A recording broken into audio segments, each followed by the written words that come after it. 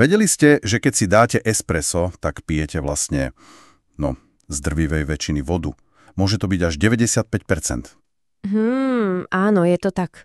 A práve preto sa dnes chceme pozrieť na to, ako táto často tak trochu prehliadaná zložka ovplyvňuje chuť a nie len chuť, ale aj životnosť kávovaru. Presne, lebo voda to nie je len nejaké H2O, sú v nej rozpustené rôzne minerály.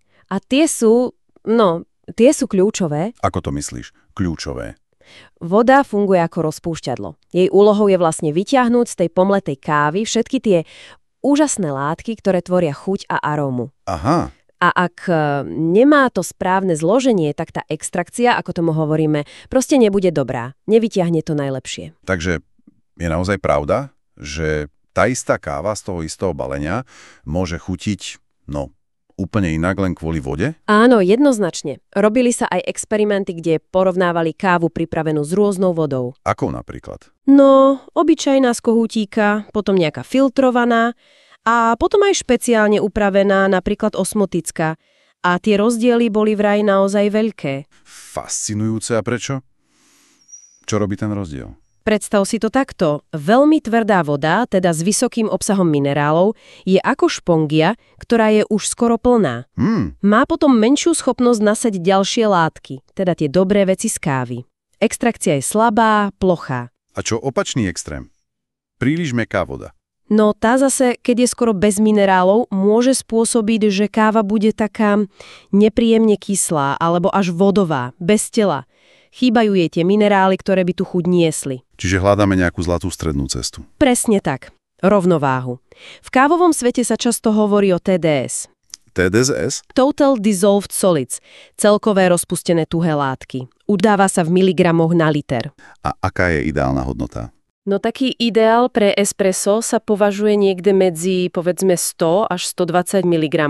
Možno trochu viac, ale nie extrémne. A bežná voda z kohútika? Tam má často oveľa viac. Niekedy aj cez 300-400 mg. Záleží od lokality, samozrejme. Takže tie konkrétne minerály, nielen ich cenkové množstvo, formujú chuť. Áno, presne tak. Najdôležitejšie sú hlavne ióny vápnika, teda Ca, a horčíka, Mg. Vápnik a horčík. Áno. A ich vzájomný pomer je veľmi dôležitý. Horčík sa považuje za takého, nosiča tých pozitívnych chutí, pomáha vyniknúť sladkosti, ovocnosti. A vápnik? Vápnik tiež prispieva k extrakcii, k telu kávy, ale ak je ho priveľa, tak okrem toho, že spôsobuje vodný kameň, o ktorom asi budeme hovoriť, určite, tak môže prispievať aj k takej výraznejšej, možno až nepríjemnej hoľkosti. A dôležité je aj pH, ideálne neutrálne, okolo 7.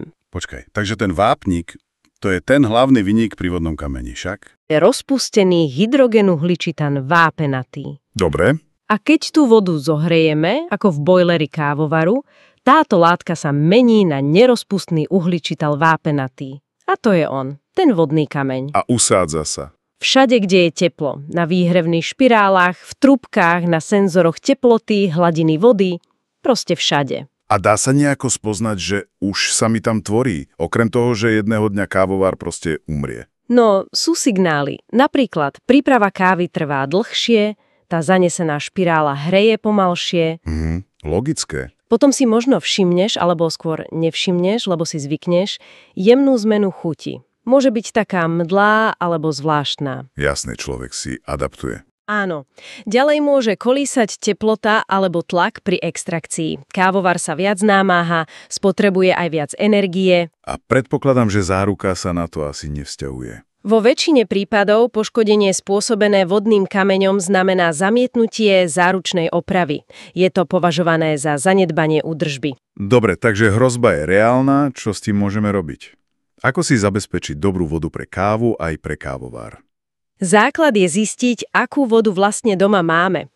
Najjednoduchšie sú testovacie pásiky alebo kvapky na tvrdosť. Stoja pár eur. To zvládne každý. A potom? Podľa výsledku si vyberieš riešenie. Úplný základ sú filtračné kanvice alebo filtre na kohútik. Poznáš ich Prita, BVT a podobne. Áno, tie sú bežné. Trochu znížia tvrdosť, odstrania chlór, zlepší to chuť. Ale treba pravidelne meniť filtre, na to pozor. Čo ďalej? Sú také zmäkčovacie vrecká, napríklad Oskar, ktoré sa vložia priamo do nádržky s vodou v kávovare. Tiež zaujímavé. Ale potrebujú nejaký čas, aby začali účinkovať. A ich kapacita je obmedzená, postupne slabnú. A nejaké trvalejšie riešenie? Ak to niekto myslí vážnejšie, existujú katexové zmäkčovače.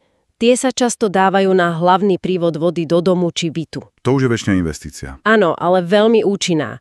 Fungujú na princípe výmeny iónov vápnika a horčík vymenia za sodík, ktorý nespôsobuje kameň.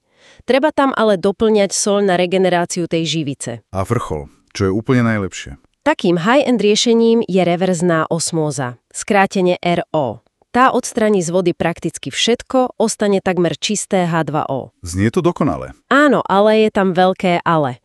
Takáto úplne čistá, demineralizovaná voda je pre kávu nevhodná. Chýbajú jej tie minerály pre chuť.